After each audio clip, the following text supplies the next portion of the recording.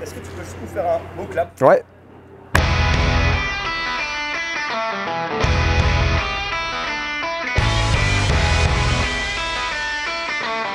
Faites du bruit pour le coach des pilotes!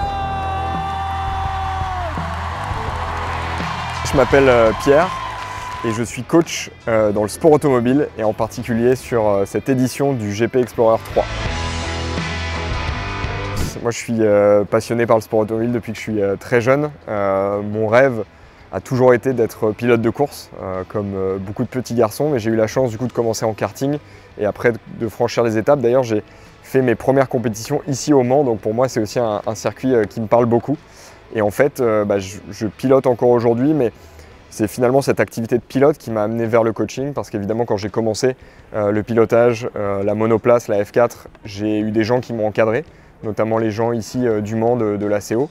Et au fur et à mesure des années, j'ai trouvé ça assez naturel et ça m'intéressait aussi de pouvoir à la fois maintenant redonner un peu de ce que j'ai appris. Et donc j'ai passé mon diplôme de coach, qui est un diplôme d'État avec la Fédération Française du Sport Automobile, la FFSA. Au fur et à mesure des années, j'ai travaillé avec beaucoup de pilotes, notamment avec un pilote qui est aujourd'hui en Formule 1, qui est Isaac Adjar. Et puis naturellement, avec la fédération, on a été amené à du coup discuter de cette compétition du GP Explorer et donc m'occuper du coaching et de coordonner finalement toute une journée et tous les entraînements ainsi que le week-end de course pour nos pilotes du GP.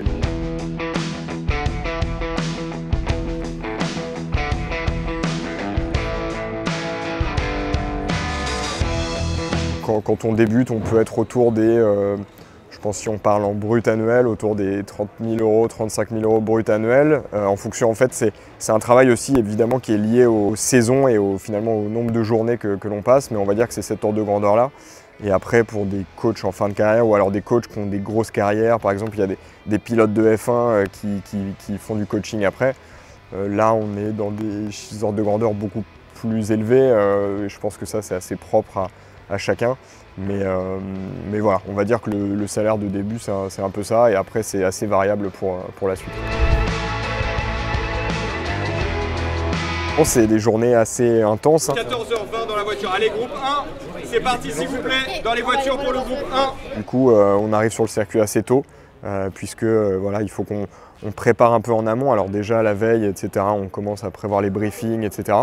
Le matin même, on va faire la reconnaissance de la piste, l'ouverture de la piste aux alentours des 7h, 7h30. Quand on peut faire un connage, donc c'est-à-dire qu'on va rajouter des points de repère sur le circuit, les points de freinage, les points de braquage, les points de corde, points de sortie.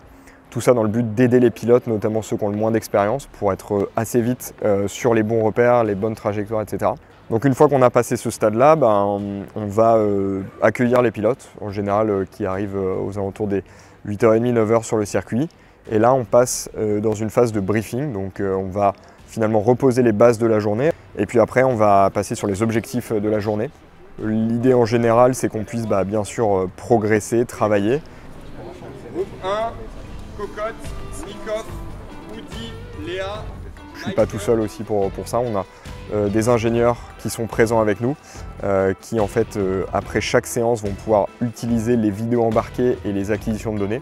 Et moi, je suis un peu en coordination de tous ces acteurs-là. Pendant la séance de roulage, moi de mon côté, je vais en bord de piste, donc je vais sur les différents virages du circuit dans les voies de sécurité pour observer justement en temps réel ce qu'il se passe. Donc ça me permet de pouvoir aller voir le pilote après pour lui indiquer s'il y a quelque chose à améliorer ou quelque chose qui ne va pas.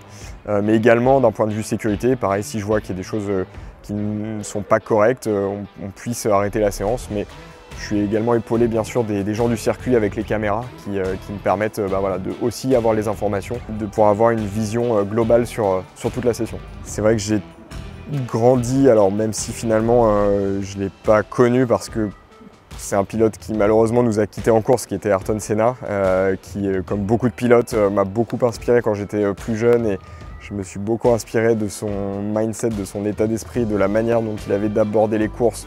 Pareil, d'avoir toujours cette approche, d'être toujours dans cette volonté d'être toujours le meilleur. Après, dans les personnes avec qui j'ai pu travailler, il y en a beaucoup, tous les instructeurs de la FFSA avec qui on a pu travailler, j'en retiens énormément choses bénéfiques qui m'aident encore aujourd'hui en fait et qui m'aident dans mon activité de coach. Donc c'est ça qui est génial aussi, c'est cette transmission et finalement cette manière qu'ont eu ces personnes-là de m'apprendre, que ce soit ici au Mans, la SCO ou la FFSA. Et ça, ouais, non, ça m'inspire toujours aujourd'hui, donc c'est ça qui est chouette aussi. Ouais.